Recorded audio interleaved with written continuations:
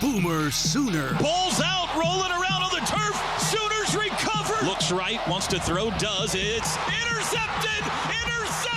He's under pressure. He lobs in zone. Touchdown! This is the Riverwind Casino Coach's Corner on the Sooner Sports Network from Learfield. Presented by Riverwind Casino. Good times, great rewards. Also brought to you by Dos Equis, official import beer of OU Athletics. Go for Dos. Enjoy Dos Equis responsibly. And by Walden Cleaners. Walden Cleaners and Laundry, where the difference is quality. This is the Riverwind Casino Coach's Corner. In the history of this great sport, no two programs stood taller than the Oklahoma Sooners and the Alabama Crimson Tide. And tonight they share the stage at night in the Palace. Boomer Sooner versus Roll Tide. Here we go. Bill Rose got it. He'll run it himself. Right side, hit by Danny at the line of scrimmage. Bam! No gain. Arnold's got it. He hands it off. Robinson got away. 20, 15. Robinson to the 5. Get in. Touchdown. Xavier Robinson. Touchdown, Oklahoma. Missed again. Quick throw out. It is intercepted. Eli Bowen. He's on the run to the 20, to the 15. Eli Bowen. Back to pass. Milroe looks right, throws right. Picked off. Kip Lewis down the sidelines. 20, 15. He did it again. He did it again! Kip Lewis, pick 6! Kip Lewis, Kip 6! Oh, Bubba! Hit as he throws, ball's in the air, intercepted! Woody Washington on senior night! Intercepted! Milroe got smashed! And here they come. They're not going to keep him off the field in Norman. Oklahoma has upset Alabama, and they have rolled the Tide right out of the college football playoff picture. And welcome into Coach's Corner, along with Gabe Eichert. I'm Chris Plank. The vibes are still high, and we're pumped to be joined by Sooner co-offensive coordinator, tight ends coach Joe Jon Finley. Congrats, man. I know that, again, you guys have moved on by the time we taped this on a Wednesday, but still pretty special Saturday night, wasn't it? It was, man. It was what this team needed. You know, been through a lot this year, and they just kept fighting, man, and especially offensively, man. It was fun to watch. That's why I told Coach after they rushed the field the first time, I knew it was going to take a little time to clear. I was like, Coach, you mind if we come down? We know how to take a knee. And so I ran down there. I just want to see the look on their face as they ran on the field, because that's why you put all the work in. And man, I couldn't be happier for those guys. By the way, when he says come down, Joe Jon was up in the booth. That's you got to hit the elevator. You got to, hit a jog. Coach Stoops was actually on the elevator. Was he really? Mind if I ride down with you guys? I said, Coach, I'll get off if you want to go down. Come on, Bob. You're good. I think that one of the main questions like the fan base has is, where did that come from? Like, where did that performance? Like, what did you see throughout the bye week, throughout the week? Like, was there ever a point where you thought, hey, we're going to go out and we're going to play our best game offensively? Yeah, I mean, I think just the combination of all the weeks we put in the work, and then we had an extra week, which obviously helped. But you could tell the players made a decision, led by Danny Stutzman and Billy Bowman, all the seniors. They were like, man, we're going to go out the right way. And had a great 2 weeks of practice, but there's just something you can tell that's different about a football team, and that's when I got the same feeling when we played Alabama in the Sugar Bowl back when I was a GA. I was like, man, we're about to go play really well, and that's exactly what happened, man. And they fought for each other. They took care of the football for the most part, and, man, it paid off. We talked to Jackson. Well, we talked to you post-game, but Gabe and I talked to Jackson post-game, and he brought up the focus on ball security. And so what was the key in that? Because Jackson had some troubles holding on to the football, fumbles. You had a fumble on Saturday night at Jackson, but Taylor Tatum. What was the key in really hammering home ball protection last week? Man, it's just a decision. I told them after the Missouri game, I said, guys, it's all the hard work you put in, all the good things you do in practice, all the great plays you make in the game can be devastated by 2 or 3 plays where you don't take care of the ball. And just even yesterday at practice, I see Jackson, he's out in the open field and he scrambles in a 7-on-7 play and he gets around people and he just puts 2 hands on it. And so it's just a decision that everybody has to make.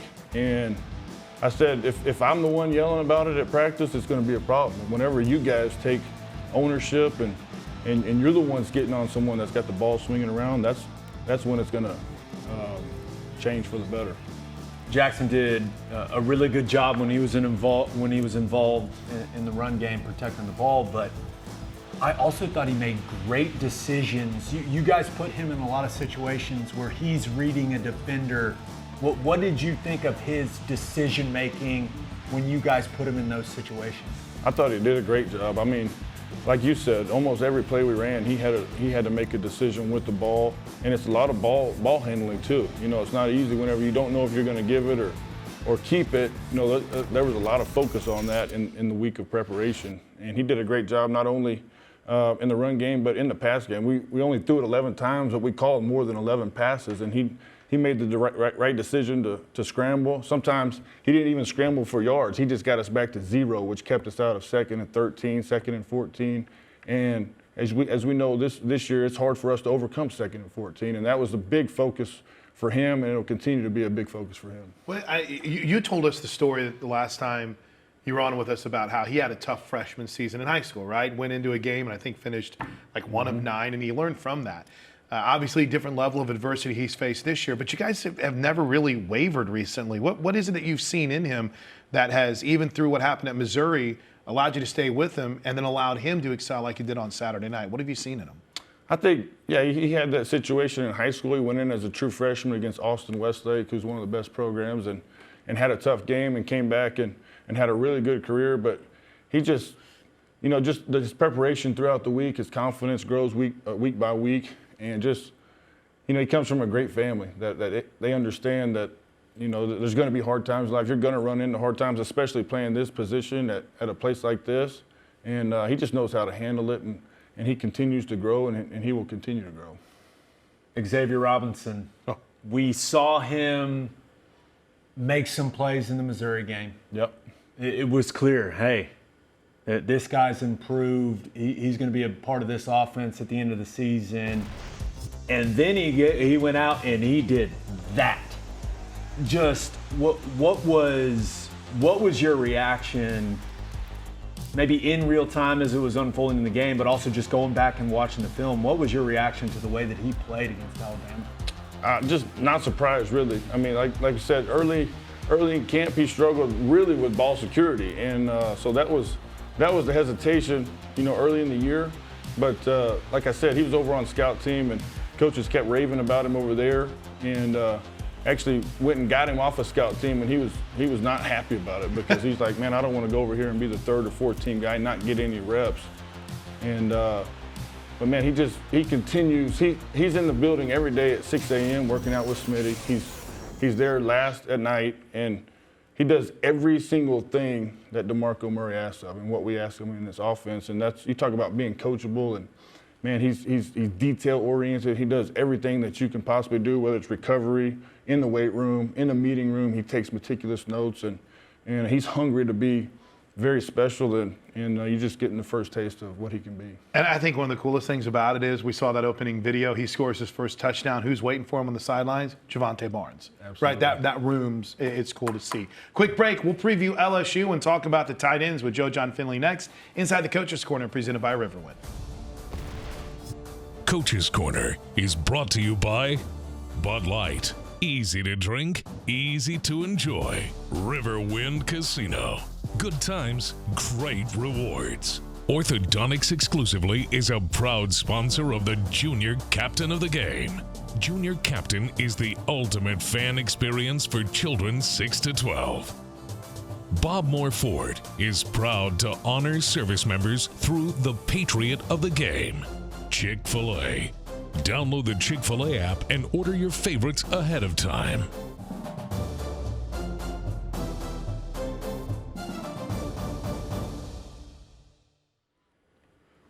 Joe Jon Finley's with us. We were talking about the offensive plan against Alabama and how well it worked.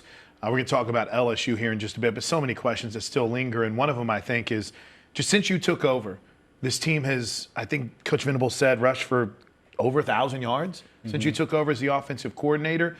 And the offensive line really seems to be playing well. Logan Hallen has improved. Heath Ozide on that left side. What have you seen that's clicked with this running game over the last few weeks, Joe John? I think it's a combination of things. It's just a lot of young football players that are getting some experience as we go, kind of being put through the fire, but also having the same 5 offensive linemen together for, 2 or 3 games obviously helps.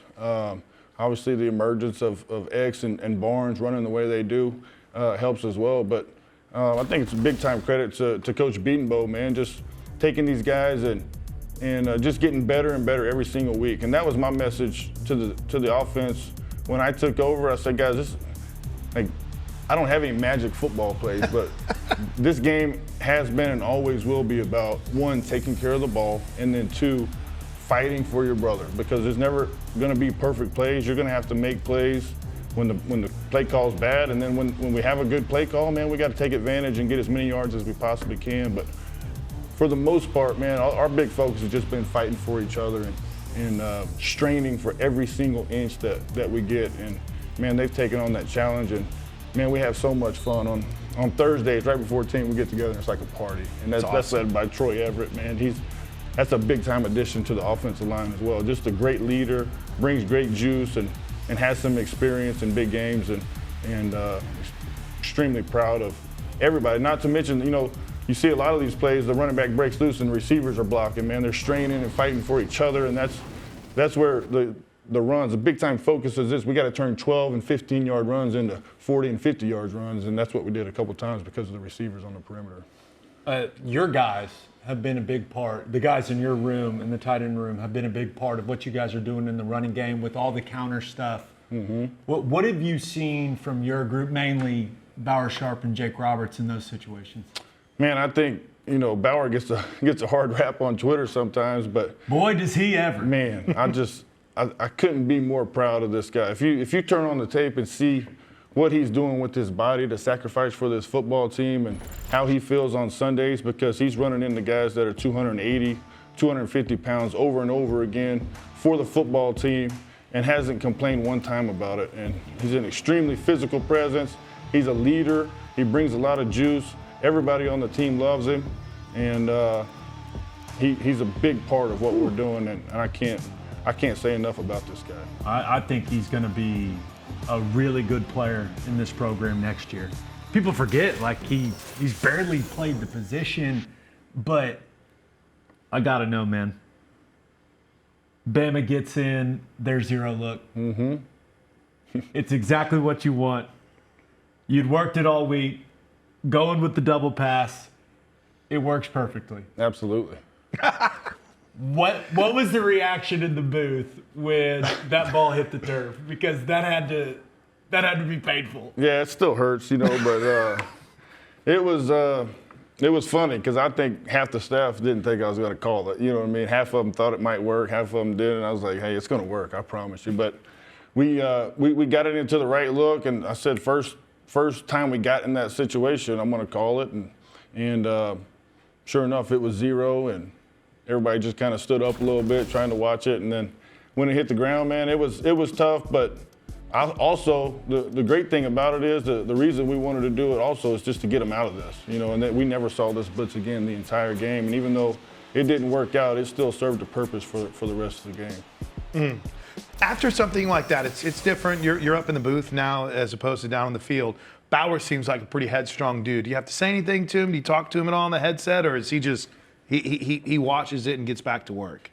No, I had to talk him off the ledge at halftime because, and it wasn't. I mean, if you look at it, it's not an easy catch, and Brennan, it's not a great throw. Yeah, BT could have put it on him a little better. Let's be real. Brennan threw it way better than that all week in practice, but man, it was still fun to watch, and I think if we caught it, we might have got on Twitter with that. You know what I mean? Maybe so. We always talk Maybe about so. Maybe we'll get on Twitter this week. Hey, we got one more segment with Joe John before Clayton Woods is slated to join us. We're going to talk about the relationship with Kevin Johns. We got more tight ends to get to, and the opponent Saturday night. It's LSU. We're hanging out inside the Coach's Corner, presented by Riverwind with Joe John Finley. Stick around.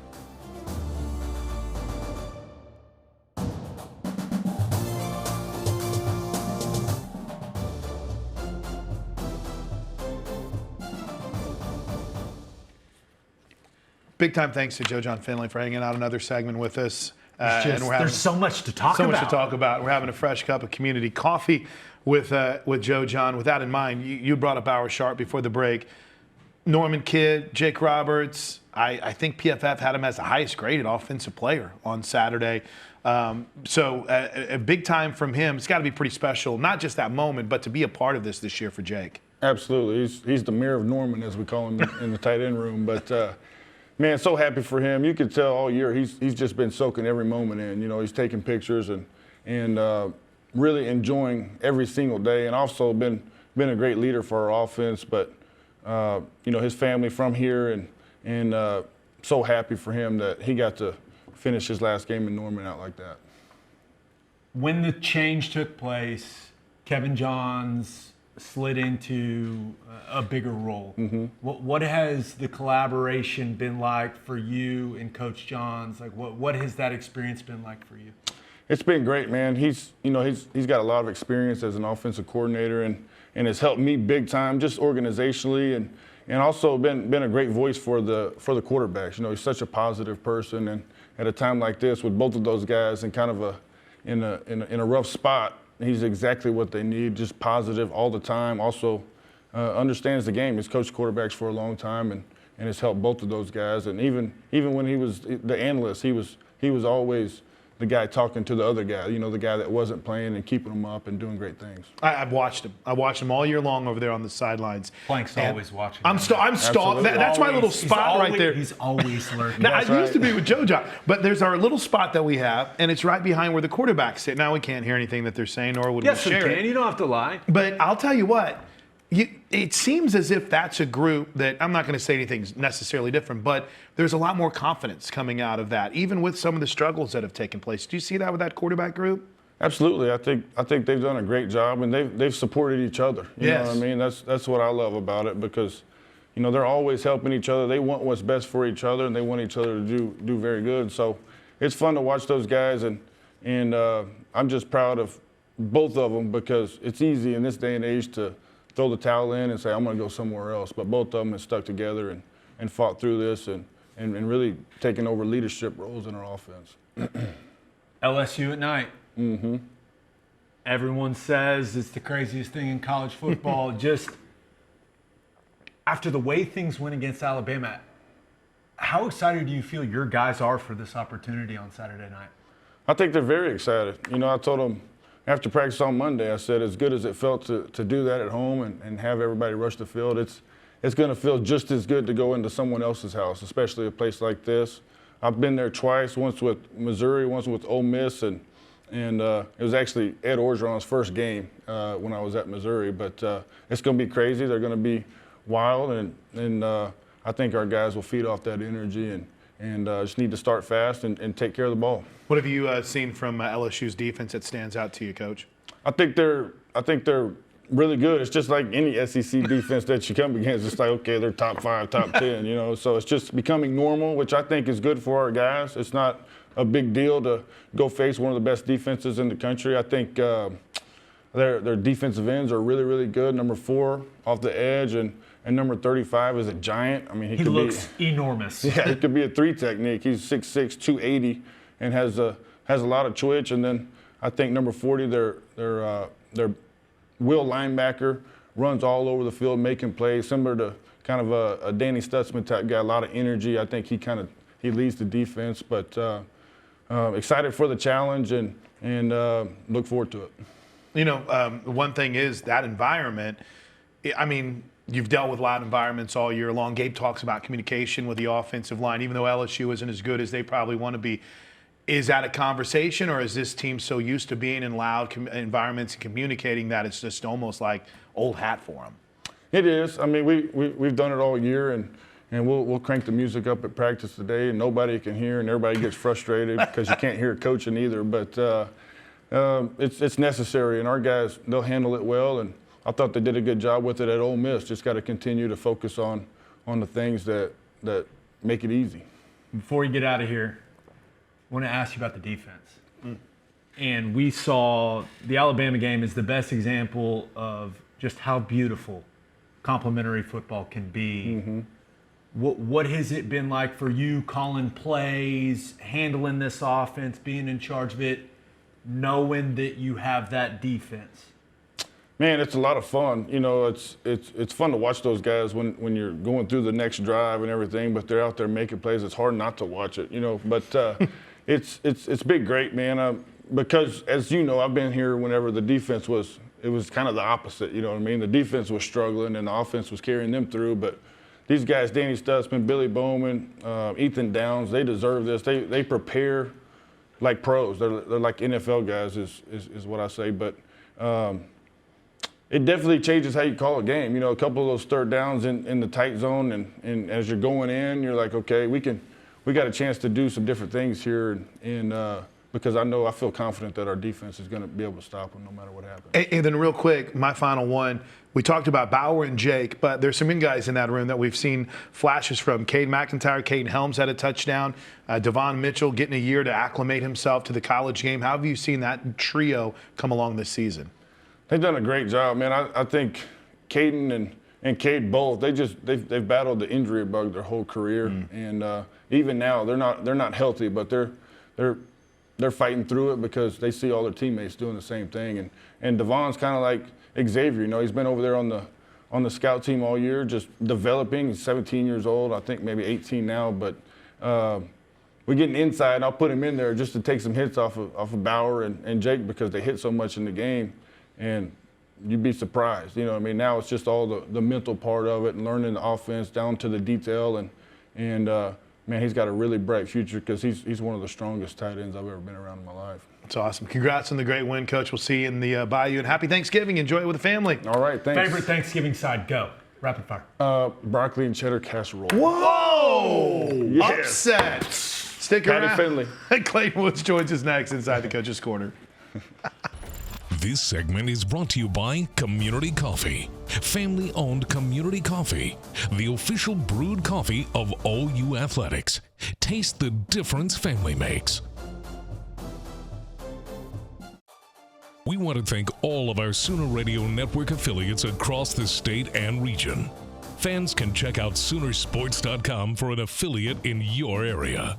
And if you're traveling outside the state of Oklahoma, you can listen to all the action on either SiriusXM Radio or download the Varsity Network app and listen free. Walden Cleaners and Laundry, where the difference is quality. Thanks to Joe John Finley for spending an extra segment with us. Welcome in for the first time on Coach's Corner, offensive GA Clayton Woods. What's going on, Clayton? How are you? He's the assistant O-line coach. Great to be here. That's right. Because we learned last week, a couple weeks ago, we had the Cheetah coach, and now we have the assistant O-line coach. Now that you guys can coach, Offense analyst, yes, sir. Yeah. Oh, so analyst is the official title then? Well, analysts we all can do coach now. we You're a all, coach. yeah, we all do the same thing. Yeah. Well, take us through the role a little bit. What does a week look like for Clayton Woods whenever he's preparing for game day? Yeah, so typically we're a week ahead. So, you know, the whole week we're practicing, getting ready for Alabama. You know, behind the scenes we're getting ready for LSU, breaking them down, you know, tagging the film, whatever, so that when the coaches come in on Sunday, we got it all ready for them. Oh, so you're off this week then, right? This is the best week of the year. Yeah, now, usually we prefer to be getting ready for a Big 12 championship or SEC championship, but, yeah, kind of the slowest week of the year for sure. Let me follow just real quick on that, Gabe. Whenever you've done that in the past, the challenge when you don't know what an opponent is, that's got to be pretty challenging. Yeah, right? sometimes you're kind of getting ready for 3 or 4, so it's, you know, you would like it to be the hardest week of the year, but currently it is a little slower. Yeah. Let's talk about the Alabama performance. Yeah. The offensive line, undoubtedly their best performance of the season. Was that something that you saw coming into, you know, with the build up to this game, or was it just something you were pleasantly surprised by? Pleasantly surprised, yeah, but, you know, always knew those guys had it in them. So it was very nice to see them put it on the field. We got some clips right here.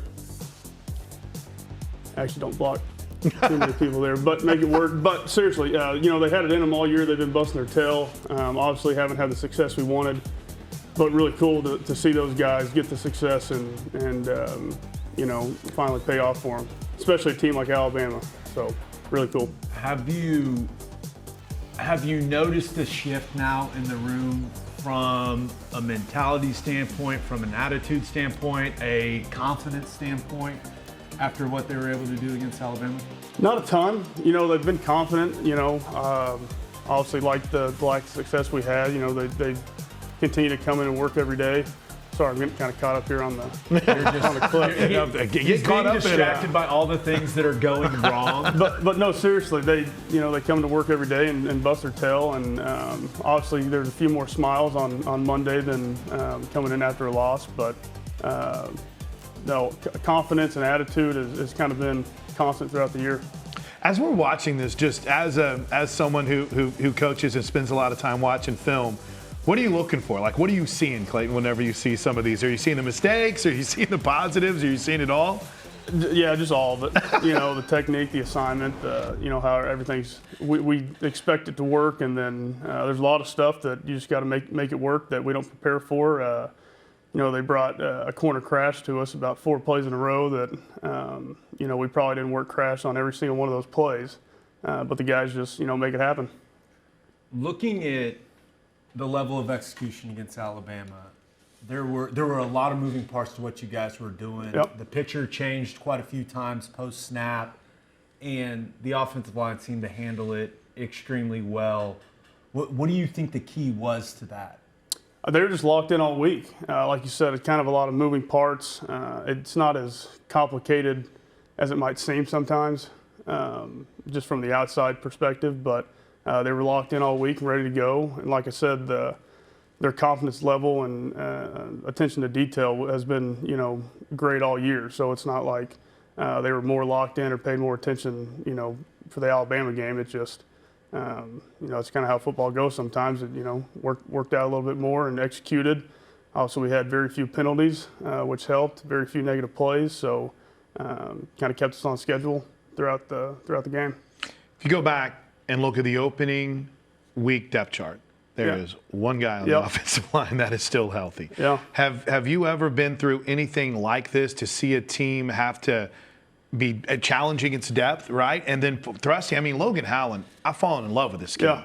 But, I mean, he went from having some challenges against Ole Miss to looking like a guy that could be the future at left tackle. I mean, this is just unheralded and unheard of what you guys have had to go through injury-wise this year. Yeah, no, he's done a great job.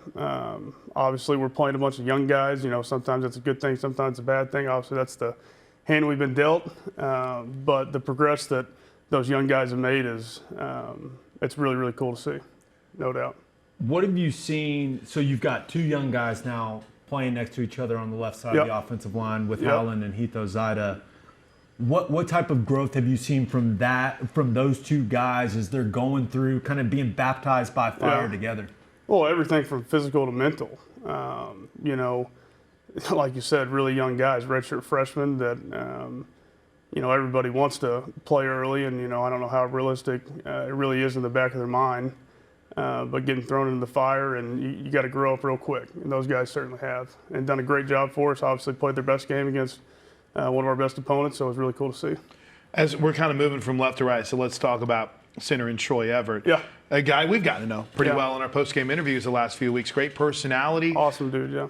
How much of a difference maker has he become now that he's back? And again, he's got another year too. Yeah, so I mean, even when he was hurt, still the leader of the room, one of the top leaders on the offense. So that part of him never wavered or was never missing. Obviously, it's easier to lead when you're a player, playing. Obviously, doing it out there on the field. So that probably helped a little bit, but his presence was felt, you know, even when he was sitting out. Yeah. How important has Troy's leadership been when it comes to the communication on the field during games? He's a very, like you mentioned, very vocal guy. And I feel like since he's come back and been able to play, the communication within the game has been really solid. Yeah, no doubts. I mean, he's like a coach on the field during practice. You know, sometimes you can sit back and, you know, he'll correct something before you do, which is awesome. You know, that's what you want. You want those guys coaching each other, correcting each other before you got to step in. And then it just translates to the field. You know, like he's out there, second year in the system, knows the offense better than anybody up front. So, yeah, it's hard to duplicate that. Do you know what his post-game go-to drink is? Have you talked to him about this? I have not. He's a coffee guy. Okay. I mean, doesn't that doesn't like fit, does it, for offense? I mean, a coffee? I don't know if I believe him, but I don't know. He's a pretty energetic guy. Yeah, So maybe it, so. it adds up. Yeah. It adds up. It adds up, yeah. And by the way, stick-to-itiveness on his part, right? He got hurt in Right. the Alamo Bowl. He got dinged up. Then it was a separate injury right during the spring. I mean, beginning of spring ball. Yep. Clayton, that's an amazing commitment to just not tapping out. And he kept Absolutely. grinding away to get to this point where Troy Everett is now. Yeah, I think it's a testament to our team too. We got a lot of guys like that. Oh, I mean, absolutely. And one of those is a guy that we've seen battle through, and that's Fabechi Wiwu. Right. SEC. What are we doing? Okay? Congratulations on Fabechi Wiwu being the offensive lineman of the week. But could they have picked a worse clip to show on that? It's quite literally his worst play of the football game. And he played a solid game. They made him SEC Offensive Lineman of the Week, Deserving. and they took his worst play of the football game and made it the highlight in what they put on social media. I was shocked and appalled, SEC. I don't know if you saw Clayton, his tweet. He said, you guys could have picked a better clip. Yeah. But that's the magnification of just how good he was. There's a lot of better clips out there. Where have you seen his growth? Oh, it's been awesome. Knew he was a very good player coming out of North Texas, so we knew what we were getting. But obviously, getting to work with Coach Beatonville, coached by him, he's just grown tremendously through spring and to now. Yeah. Looking at the right tackle position, you guys have had to play multiple guys there, right? Michael Tarquin had done some really nice things. He gets banged up. Now you're Spencer Brown's there at right tackle. Just how difficult has that been, not being able to have an established guy at an extremely important position? Yeah, I mean, lack of a better term, it stinks, not having the constant, guy over there. But the guys that have played there have done a great job. Spencer, a real veteran dude that's played a lot of football throughout his career, stepped in, like everybody did a great job on Saturday. Seems like he's getting better. Yeah. I think you brought it up. It has a lot to do with just 5 guys that are able to work together, right? Do we talk enough about that? I mean, can we even put a value on having dudes that have been able to work together now for, 3 straight games? Yeah, no, that's a big part of it. Obviously just the weeks leading up to, or the days leading up to it in practice is a big part of it as well. So the comfortableness those guys have together is huge. All right, so we've gone across. We've talked about the 5 guys who have been playing a lot. One guy got about 12, maybe 15 snaps on Saturday. One series, and it was a long, awesome series. And fans are loving it. Eddie Pierre-Louis. Yeah. Cool to see him get a series. How has he progressed and come along? Because it seems like he's got a great edge to him. Yeah, great edge, great attitude, great mentality. If you build a guy with his physical attributes and his mentality, that's what you want. So really cool to get him in there, and see him go do his thing. Obviously, like Gabe said, great drive. Hopefully that continues to happen with him. The Alabama game overall, you just lean on the run game. Yeah. And you guys ran a bunch of good stuff, extremely effective. Jackson Arnold made great decisions with the ball. Yep. You protected the football. Is that an O-line coach's dream? Yeah, it was the way that thing unfolded? Pretty much, yeah. Yeah, I couldn't have written it any better. Do you just go up to Coach Beatonville after the game and be like, that was pretty cool? Yeah, that might have been one of the first times we hugged after that game. It was like a half hug, but yeah. When Coach Beatonville, we've been 5 or 6, 7 years we've been doing this show. Whenever we can get a smile out of him, my whole week is made. It's like, Coach B smiled. The smile and the little chuckle, though. Right. What's it been like to work hand in hand with Coach Beatonville? It's been awesome. So I transferred here from junior college. Blinn, right? Is where you played? Yes, sir. Yeah, in 2018. So I played for him.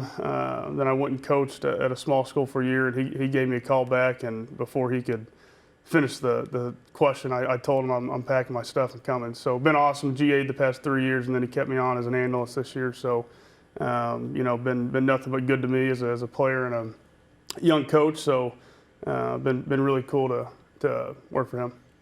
I've always told people, throughout college and then certainly in my NFL career, played for a lot of different O-line coaches. Yeah. And I've always told people Beaton Bowe's the best. It's the best I've ever been around. What do you think really maybe sets him apart from other O-line coaches out there? Not trying to insult those guys at all, but what do you think makes Beaton Bowe the best there is? Yeah, just his attention to detail and then his just absolute no exception of anything but perfection, and he doesn't expect anybody to be perfect. He knows there's not going to be a perfect practice or perfect game, but that's a standard, and it ain't dropping for anybody. As well as and me know, playing for him, that's what it is. It's perfection, knowing you're probably never going to get there, but that's the standard. Yeah. Hey, before I let you get out of here, give us your breakdown on LSU. Now, it's still old news because you broke them down last week. Right. But what'd you see from the Tigers? Usually I'm confused right now because I'm working on the next team. But no, really solid, really good 2 DNs, probably the strength of their defense. So, excited to meet that challenge and go up to those guys. And, it'll be a good one. Excited to go to Death Valley at night. I'm getting to check it off my college football bucket list. Yeah. I can't wait. Now, we have to talk about the TV time you continue to get. Earlier in the year, it was some of the frustration going on in the coach's booth. Now it is some of the elation. Joe John's been getting some serious FaceTime, and you are sitting right next to him. Yeah. It was really unfortunate early in the year. I would tell my girlfriend to stop showing me the pictures and videos. Are you getting pictures and videos constantly when you make your TV appearances? Because you're a constant. You're getting some pretty consistent TV time. Yeah, it's they're not showing me. I just happen to be there. But I guess it's cool. I like it way better when it's positive moments. You're a rock star now, man. You got to embrace it. You got to love it. Yeah. Hey, Coach, we appreciate your time, man. Best of luck this weekend in Baton Rouge, and this was an awesome debut. That's Clayton Woods. We'll come back and put a wrap on Coach's Corner for this season, presented by Riverwind. Stick around. OU's 2024 football games are available on Exodus 96.5 FM in Oklahoma City and 101.5 FM El Patron in Tulsa, as well as on those stations' websites. Each OU Spanish broadcast will feature a 30-minute pregame show and a 15-minute postgame show. The Sooner Sports Podcast is your all-access audio pass to Sooner Sports. Listen as Toby Rowland and Chris Plank talk all things Sooners. New episodes drop every day. Log on to Soonersports.com/podcast or search Sooner Sports Podcast in your favorite podcast provider. Presented by Allstate and Riverwind Casino. Thank you to our cornerstone television partners, OU Health, OG&E, Fowler Auto Group, and Coca-Cola.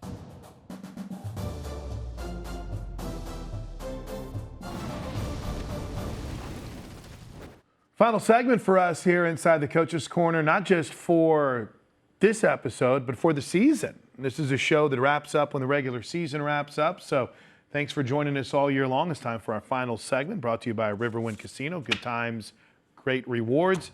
Been a challenging year, but what a fun way to kind of put a wrap on it, right? The momentum is awesome. The vibes are high. It's crazy how one performance can change how the entire team feels and change how the entire fan base feels. And I know it's changed how I feel about this football team. And certainly after watching what this group did against Alabama, the level of execution, the physicality on both sides of the ball, it makes me believe they can go and win this game. Yep. And especially offensively, we saw the most efficient performance we've seen all season long from that group. And I believe LSU's defense, while they have some talented guys, I believe it's the worst defense we've seen in SEC play. Now that speaks to the caliber of defenses we've seen, but I do not think that LSU's defense, particularly in the interior of the defensive line, is as good as Tennessee or Ole Miss or Missouri. That's not what I see. So I don't see any reason why if the Sooners offense goes out and executes the way that they did against Alabama, why they can't move the ball and score some points. Well, let's dive into a little bit more on the Tigers. Bob Moore Ford, proud to honor service members to the Patriot of the game. They give you the Bob Moore Ford scouting report. You hit it. A little bit of a struggle defensively for the Tigers, coming off a nice win over what has been an improved Vanderbilt team this year. But they've struggled tackling. They've struggled against the run. But it's also Baton Rouge at night, so it's going to be rocking. That's a great point.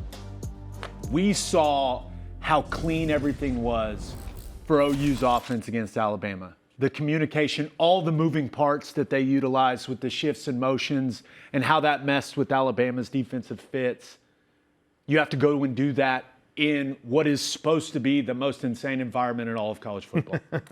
I can't wait to experience it, but you have to be clean. Mm-hmm. No pre-snap penalties. The communication is the most important thing. That's what stood out to me with the run game against Alabama.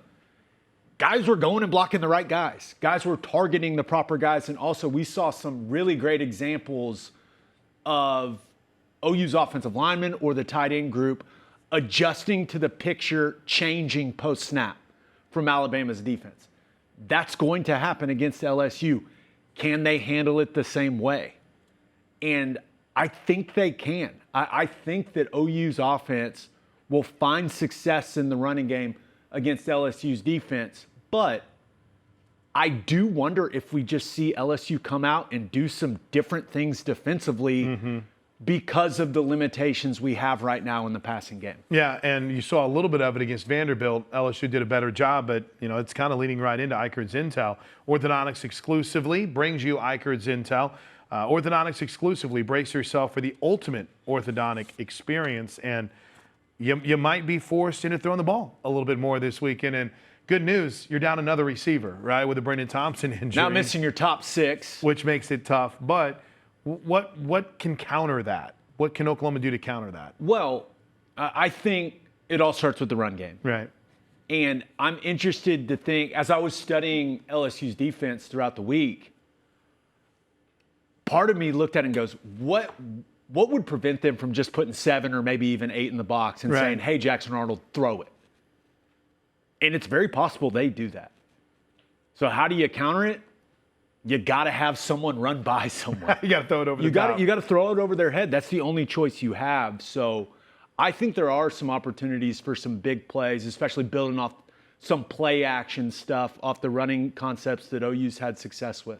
I wanted to take a moment here before we wrap to thank not only Jacob Potter and Jared Thomas for their incredible job in making sure that this show happens. I want to thank SSP, Kelly Collier, and their crew, and of course, Woody Glass. Our man, Jay Gilmore. Jay Gilmore, our producer. Philip Lyons, our director.